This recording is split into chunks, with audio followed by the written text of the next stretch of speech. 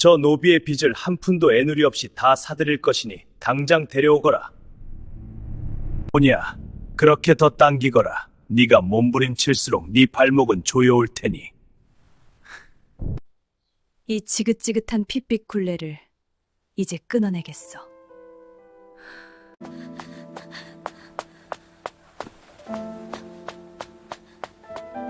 네가 도망칠 곳은 이승에도 저승에도 없다.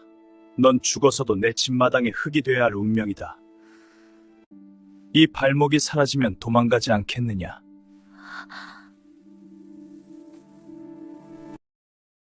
안녕하세요. 지금 어디서 시청하고 계시나요? 댓글로 남겨주시면 저에게 큰 힘이 됩니다. 옛날 옛적 한양 땅에 이름만 들어도 새가 날개를 멈추고 구름이 숨는다는 거부 최진사가 살고 있었습니다. 그는 재물로 권세를 사고 권세로 사람의 목숨을 주무르는 자였으나 가슴팍에는 더운 피 대신 얼음장 같은 냉기만이 흐르는 사내였지요. 그의 눈에 들면 살아남는 것이 없고 그의 손을 타면 소유하지 못하는 것이 없으니 도성 안 사람들은 그를 두고 인간의 가죽을 쓴 구렁이라 수군거렸습니다. 그 중에서도 가장 지독한 것은 그의 뒤틀린 신미안이었습니다.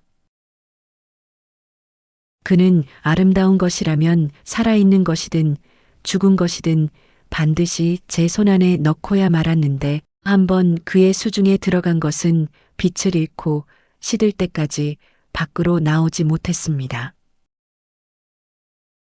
소문에 의하면 그의 별당 깊숙한 곳에는 전국 각지에서 잡아온 기와요초와 희귀한 새들이 가득했으나 그 새들은 모두 혀가 잘리거나 날개가 꺾여 오직 최진사만이 들을 수 있는 슬픈 울음만을 내뱉었다고 합니다.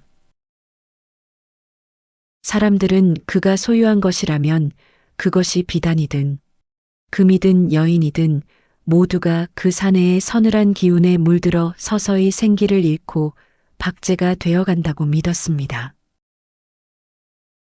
그날은 유난히도 대기가 무겁게 내려앉아 금방이라도 하늘이 무너질 듯 검은 구름이 한양 도성을 짓누르던 장날이었습니다. 저작거리의 상인들이 급히 멍석을 걷고 짐을 챙기느라 아우성치던 찰나 벼랑간 눈앞이 보이지 않을 만큼 굵은 장대비가 화살처럼 쏟아져 내렸지요. 최진사는 관아의 정무를 마치고 돌아가는 길에 네 사람이 매는 화려한 가마 안에 몸을 싣고 있었습니다. 가마 밖에서는 빗줄기가 가마 지붕을 때리는 소리가 요란했으나 가마 안은 값비싼 침향 냄새만이 감도는 고요한 별천지였습니다. 가마가 도성 남쪽의 허름한 전방 거리를 지날 무렵이었습니다. 비바람에 가마의 비단 주렴이 잠시 펄럭이며 밖의 풍경을 최진사의 눈앞에 드러냈지요. 배수구가 터져 흙탕물이 무릎까지 차오른 저작거리 한복판. 사람들은 비를 피하려 처마 밑으로 바삐 숨어들었지만 그 아수라장 속에 오직 한 여인만이 망부석처럼 서 있었습니다. 그녀가 서 있던 곳은 몰락한 양반들이 가산을 팔아 연명한다는 고리대 금업자의 허름한 행랑채 앞이었습니다. 최진사의 눈길이 멈춘 곳은 여인의 젖은 어깨였습니다. 비바람에 흠뻑 젖은 옥색 저고리는 살결에 착 달라붙어 가느다란 어깨선과 굴곡진 허리의 선을 여과 없이 드러내고 있었습니다. 비에 젖은 치마 저고리는 물기를 머금어 반투명하게 변해 그녀의 하얀 속살이 은근하게 비치며 묘한 긴장감을 자아냈지요. 여인의 뺨을 타고 흘러내리는 것은 빗물인지 혹은 억울함에 복받친 눈물인지 분간할 수 없었으나 진흙탕이 발등을 덮고 치맛자락이 오물에 더럽혀지는 와중에도 그녀는 고개를 숙이지 않았습니다. 그녀의 머리칼은 비에 젖어 뺨에 달라붙어 있었고 그 사이로 드러난 눈동자는 빗속에서도 서늘할 만큼 맑고 형형했습니다. 그것은 짐승에게 쫓기는 사슴의 눈망울이 아니라 벼랑 끝에 서서도 기계를 꺾지 않는 매의 눈빛과도 같았지요.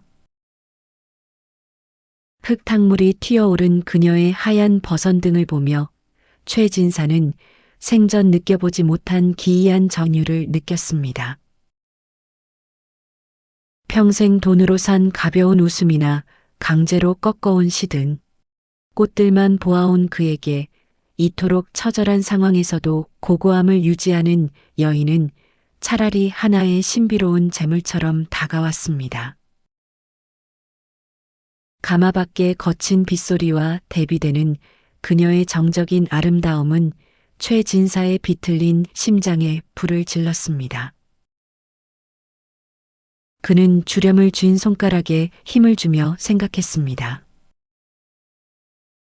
저 고고한 목줄기에 붉은 멍을 새기면 어떤 빛깔이 날까? 저 꼿꼿한 허리를 내 발치 아래 꺾어 놓으면 어떤 울음소리를 내뱉을까? 사내의 머릿속에서는 이미 그녀를 수만 번도 더 범하고 유린하는 상상이 비집고 들어왔습니다. 진흙탕 속에 핀 백합을 짓밟아 으깨고 싶은 가학적인 욕망과 그녀의 그 형형한 눈빛이 공포와 애욕으로 흐려지는 과정을 지켜보고 싶은 지독한 소유욕이 한데 뒤섞여 들불처럼 번져나갔습니다. 최진사는 가마를 멈추게 한 뒤 주렴 틈으로 보이는 그녀의 모습을 뚫어지라 응시했습니다.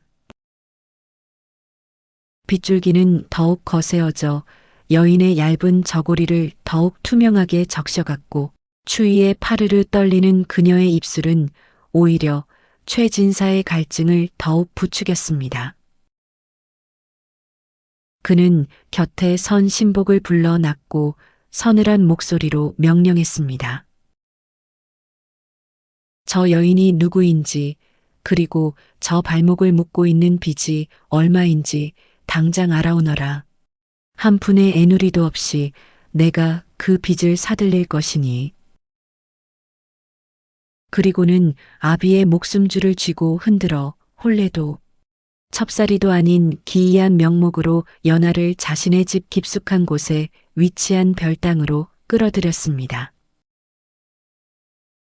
그것은 연하에게는 가문의 명예를 위한 희생이었으나 최진사에게는 세상에서 가장 아름답고 고결한 인형을 수집하는 행위와 다름없었습니다. 별당은 세상으로부터 완벽하게 단절된 고립된 섬이었습니다. 담장은 성곽보다 높게 쌓아 올렸고 그 주위에는 가시 돋친 탱자나무를 심어 새 한 마리 들지 못하게 했습니다. 별당을 드나드는 여종들은 최진사의 언명 아래 연하의 얼굴을 마주보기는커녕 늘 눈을 내리깔고 기어다녀야 했으니 연하는 산 사람의 옹기 대신 적막과 그림자 속에 갇힌 꼴이 되었습니다. 최진사는 그녀를 안채로 들이지 않았습니다. 그는 연하가 누군가의 아내가 되어 가사를 돌보거나 아이를 낳는 평범한 여인이 되길 원치 않았기 때문입니다. 그가 원한 것은 오직 자신만이 숨겨두고 꺼내보는 숨쉬고 말하는 보석 같은 인형이었습니다. 어둠이 내리고 달빛이 담장을 넘어 별당 마루를 적시면 최진사의 기이한 유의가 시작되었습니다. 그는 매일 밤 연하의 방을 찾아와 그녀를 비단 이불 위에 눕혔습니다. 그리고는 품 안에서 가늘고 선명한 붉은 비단실 한 타래를 꺼냈습니다.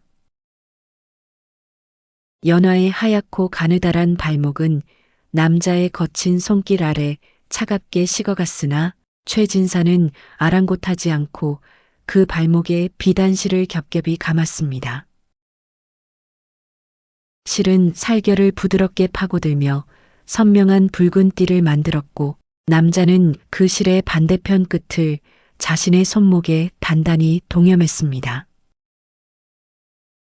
밤이 깊어 최진사가 잠자리에 들 때면 그는 실이 연결된 손을 가슴 위에 얹었습니다. 연하가 고통에 겨워 잠자리에서 뒤척이거나 혹은 절망에 빠져 발가락 끝을 파르르 떨기만 해도 그 진동은 붉은 실을 타고 최진사의 손목으로 다시 그의 심장으로 고스란히 전달되었습니다. 그것은 사내가 느낄 수 있는 가장 은밀하고도 잔혹한 쾌락이었습니다.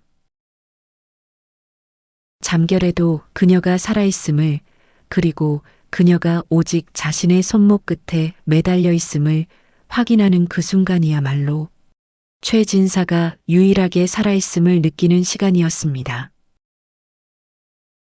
방 안에는 촛불 하나 켜지지 않았으나 어둠 속에서도 두 사람을 잇는 붉은 실만은 핏빛으로 번뜩였습니다. 최진사는 잠든 척하며 실의 떨림을 음미했습니다. 연하가 조용히 숨을 들이켜면 실은 팽팽해졌고 그녀가 긴 한숨을 내쉬면 실은 힘없이 늘어졌습니다. 남자는 그 실의 장력만으로도 여인이 지금 무슨 생각을 하는지, 얼마나 큰 슬픔에 젖어 있는지 알 수 있다고 믿었습니다. 때로는 연하가 참다 못해 발을 거칠게 움직여 실을 당기기도 했습니다. 그러면 최진사는 어둠 속에서 낮게 뇌까렸습니다. 오냐, 그렇게 더 당기거라. 내가 몸부림칠수록 내 발목엔 내 이름이 더 깊이 새겨질 것이니. 연하는 그 붉은 실이 자신의 발목을 조이는 것이 아니라 자신의 혼을 올가매고 있음을 깨달았습니다. 최진사는 그녀에게 사내진미를 대접하고 최고급 비단을 입혔으나 그녀의 발목에서 실을 풀어주는 법은 절대 없었습니다. 낮 동안에도 그녀는 방 안에서 실이 닿는 거리만큼만 움직일 수 있었습니다. 마치 목줄 매인 짐승처럼 혹은 주인의 손가락 끝에 매달린 꼭두각시처럼 그녀의 세계는 오직 그 실의 길이만큼으로 좁혀져 갔습니다. 어느 비 오는 밤 연하는 창문을 열어 빗소리를 들었습니다. 그때 실의 반대편에서 거친 자극이 전해져 왔습니다. 최진사가 자신의 손목에 감긴 실을 무자비하게 잡아당긴 것이었습니다. 연하는 속수무책으로 침상 바닥으로 끌려 내려갔고 남자의 거친 숨결이 목덜미에 닿았습니다. 그는 연하의 귓볼을 깨물며 속삭였습니다. 빗소리에 정신을 팔지 마라. 내 귀에는 오직 내 목소리만 들려야 하고 내 살결에는 오직 내 손길만 닿아야 한다. 너는 내가 만든 이 별땅이라는 우주의 단 하나의 신이며 나는 너를 숭배하기 위해 너를 가둔 것이니. 이처럼 최진사의 집착은 날이 갈수록 광기로 치달았습니다. 그는 연하가 잠든 사이 그녀의 하얀 발등에 붉은 먹으로 자신의 이름을 새겨 넣기도 했고 그녀가 먹는 음식 하나하나를 자신의 입으로 직접 씹어 넘겨주며 그녀의 몸 안까지 자신의 흔적으로 채우려 들었습니다.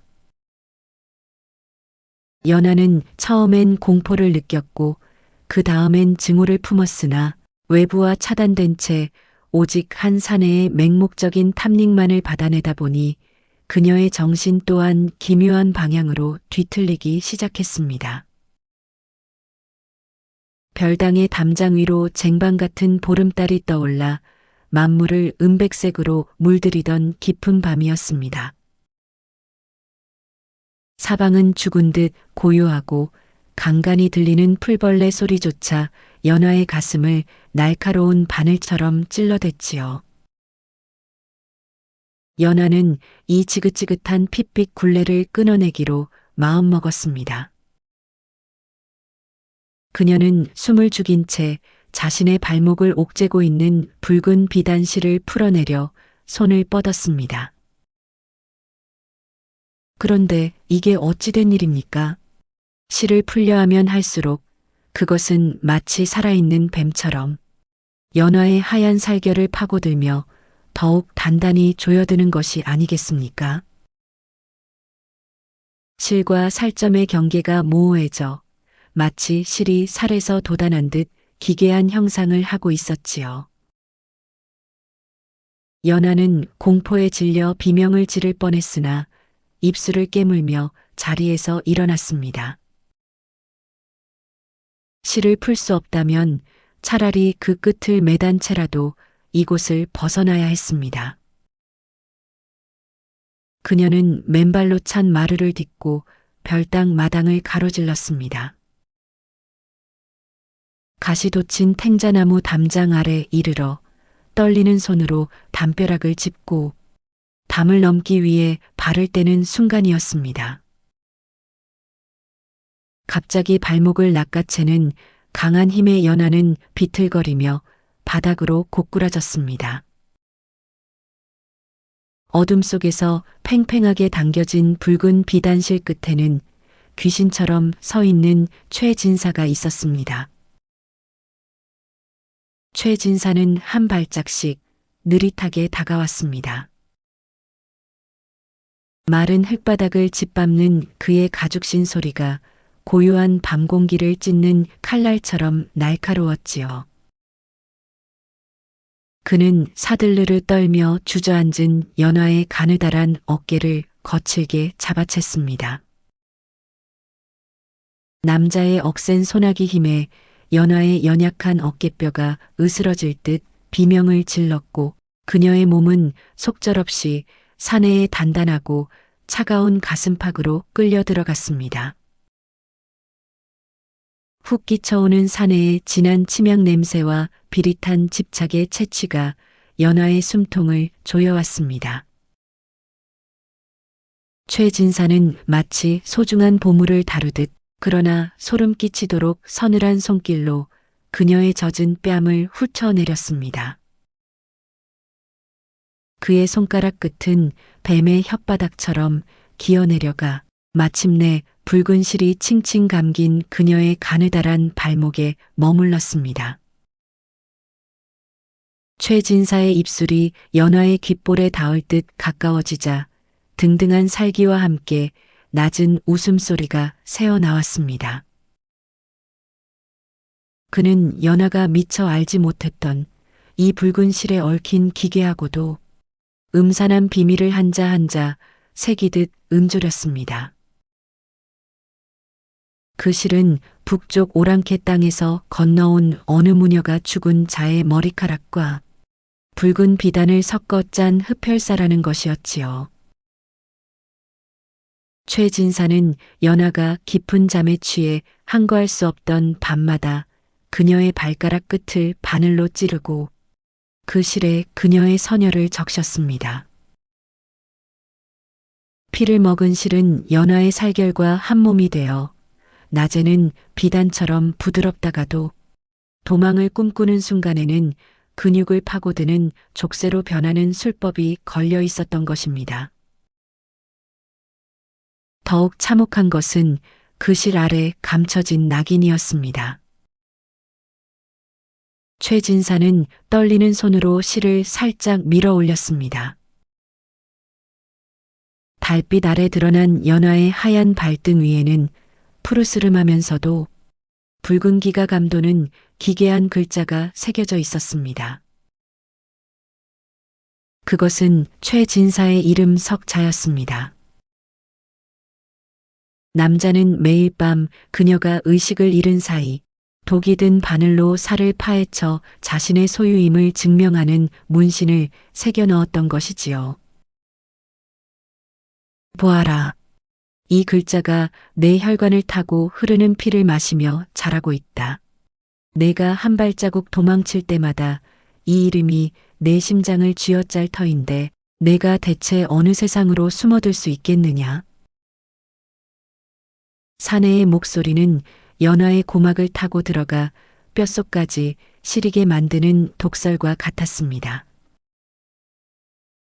이미 내 뼈와 살, 내 영혼의 구석구석까지 내 이름이 박혀 있거늘 내가 도망칠 곳은 이승에도 저승에도 없다. 너는 죽어서 흙이 되어도 내 집 마당에 흙이 되어야 할 운명이다. 그 잔인하고도 압도적인 집착 앞에 연화의 눈동자는 초점을 잃고 흐려졌습니다. 고결했던 자존심도 탈출을 향한 신락 같은 희망도 그 지독한 낙인 아래 처참히 짓밟혔지요. 연화는 단 한마디의 비명조차 지르지 못한 채 마치 줄이 끊어진 꼭두각시처럼 최진사의 품 안으로 맥없이 고꾸라졌습니다.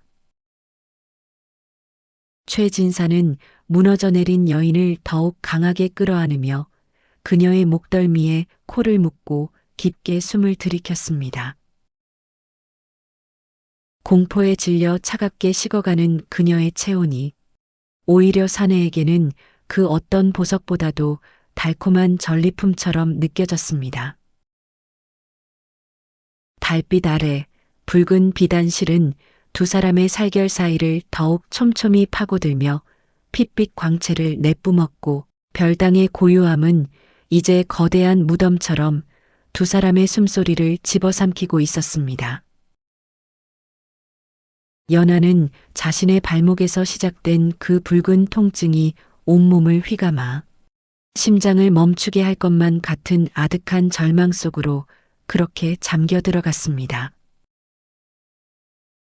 이후로 별당의 감옥은 더욱 좁고 단단해졌습니다.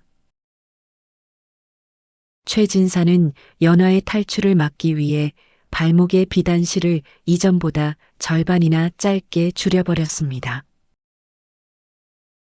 이제 연화는 잠잘 때뿐만 아니라 해가 떠 있는 낮에도 최진사의 손목 끝에 매달려 있어야 했습니다. 그가 서재에서 장부를 볼 때면 그녀는 그의 발치에 앉아 있어야 했고 그가 식사를 할 때면 그의 무릎맡에서 숨을 죽여야 했습니다. 한 발자국만 멀어져도 붉은 실이 팽팽하게 당겨지며 그녀의 살을 파고들었으니 그녀의 온 세상은 이제 최진사의 그림자 안으로 완전히 침잠해버린 꼴이 되었습니다. 그런데 기이한 일은 그때부터 시작되었습니다. 평생 남의 눈물을 우습게 여기고 피도 눈물도 없이 살아온 최진사가 연화 앞에서만큼은 짐승처럼 무너져 내리는 모습을 보이기 시작한 것입니다. 그는 연화의 무릎에 얼굴을 묻고 아이처럼 흐느끼며 고백했습니다. 내가 사라지면 내 세상도 흔적 없이 무너질 것이다. 너는 나를 살릴 수도 단숨에 죽일 수도 있는 유일한 사람이다. 천하를 호령하던 남자가 오직 한 여인의 숨결에 목을 메고 그녀가 고개를 돌리는 것만으로도 심장이 멎을 듯 고통스러워하는 그 처절한 광경은 실로 충격적이었습니다.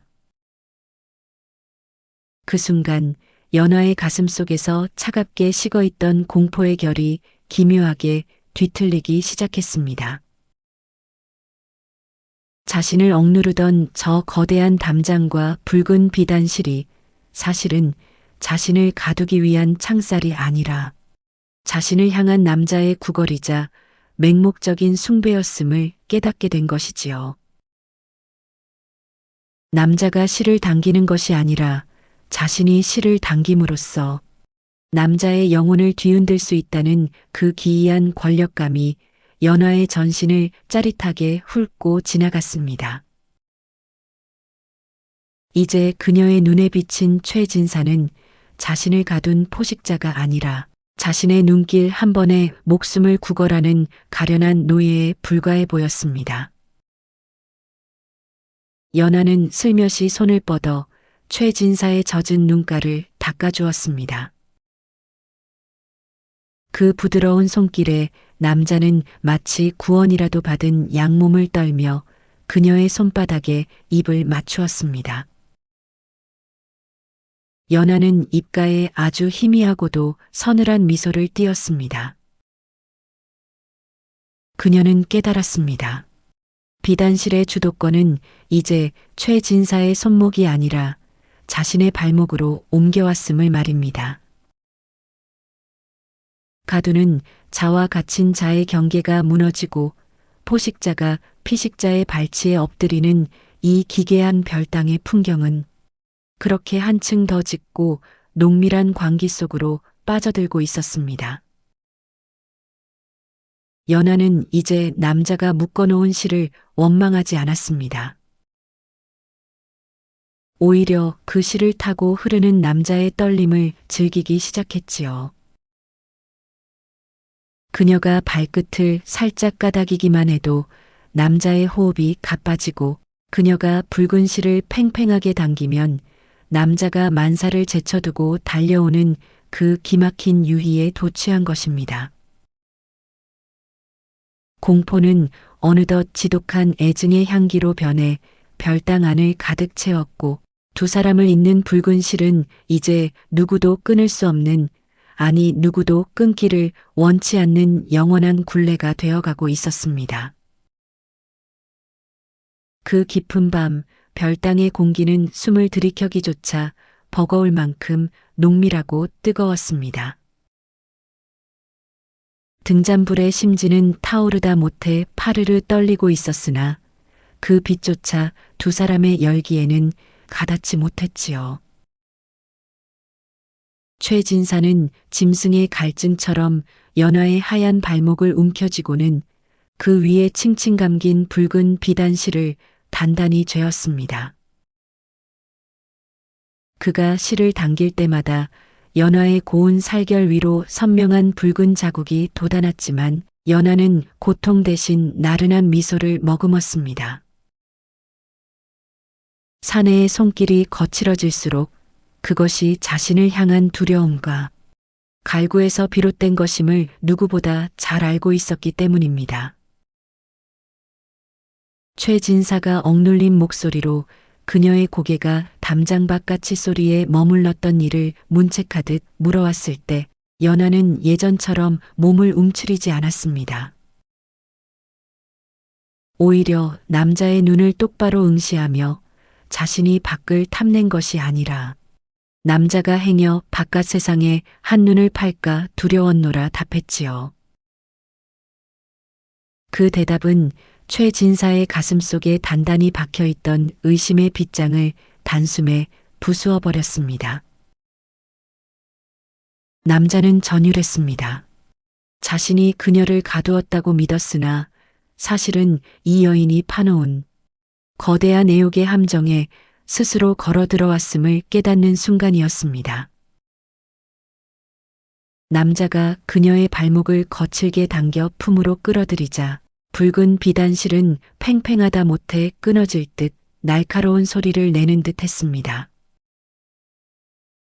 최진사는 그녀를 죽여서라도 영원히 제 곁에 박제하겠다며 광기 어린 맹세를 쏟아냈지만 연하는 그 무시무시한 협박조차 달콤한 영가처럼 받아들였습니다.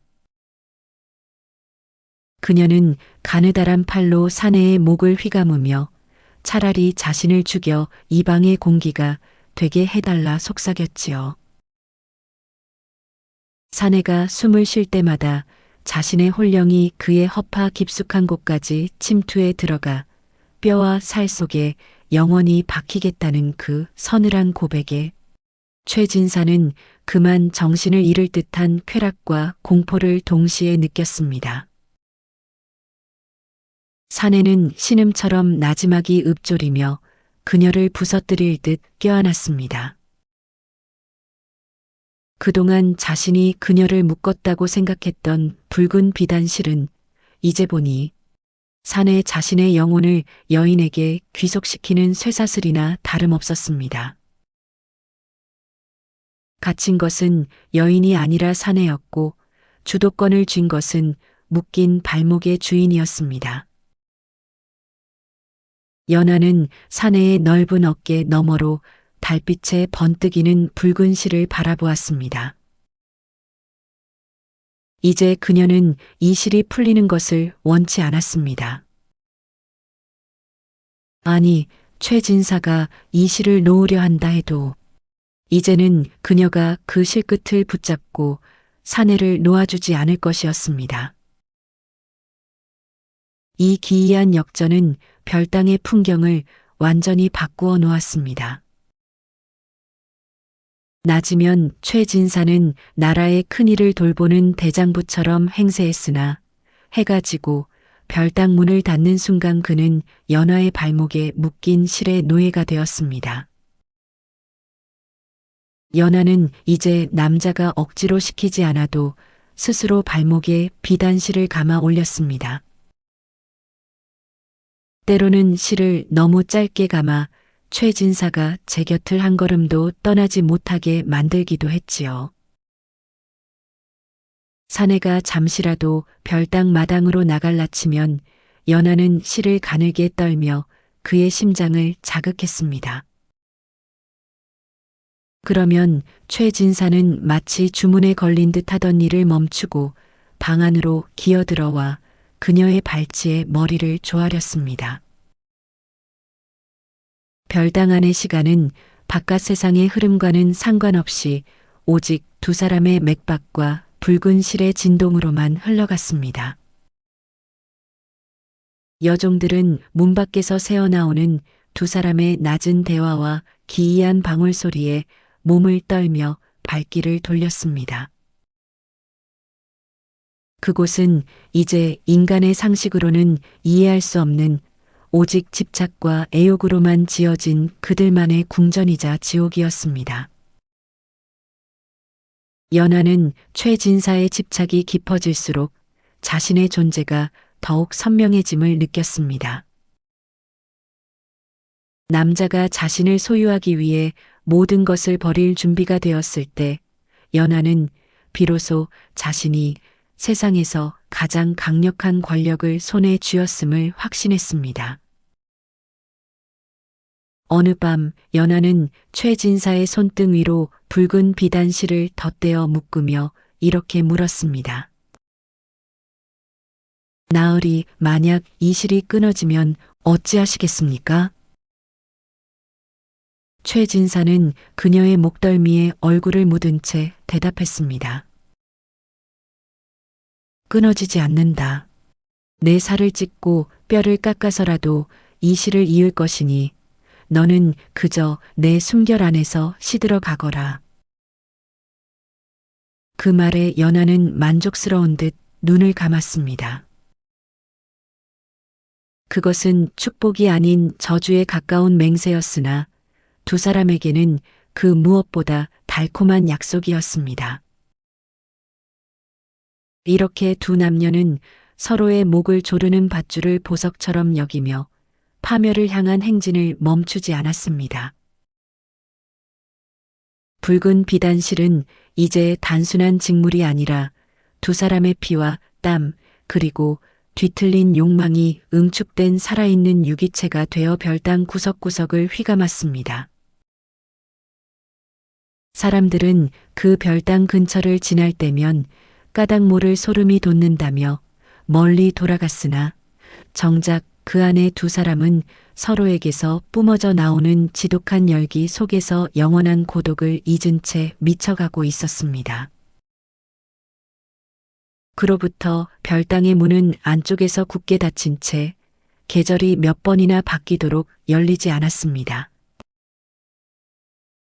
한양 최고의 거부이자 조정의 실세였던 최진사가 모든 나라실과 재물을 팽개치고 별당에 은둔했다는 소문은 도성 전체를 뒤흔들었지요. 사람들은 그가 여우에게 홀렸다거나 기이한 주술에 걸려 정신을 잃었다고 수군거렸으나 실장은 그보다 훨씬 더 처절하고 농밀한 집착의 소용돌이가 그 방 안을 가득 채우고 있었습니다. 방 안의 공기는 이제 바깥 세상의 빛이나 바람과는 완전히 작별한 듯 오직 눅눅한 분내와 비릿한 피 냄새 그리고 두 사람의 가쁜 숨결로만 채워졌습니다. 최진사는 연화의 말대로 관복을 불태우고 세상과 연결된 모든 끈을 스스로 끊어냈습니다. 그는 이제 거부가 아닌 오직 연화라는 주인이 내리는 은총과 고통에 목매는 가련한 노예가 되어가고 있었습니다. 연화는 그를 자신의 발치에 앉혀두고 발목에 감긴 붉은 비단실의 끝을 자신의 손목에 감아쥐었습니다. 이제 실을 당겨 상대의 심장을 죄는 것은 최진사가 아니라 연화의 몫이 된 것이지요. 사실 이 모든 것은 연화가 오래전부터 품어온 서늘한 복수의 완성이었습니다.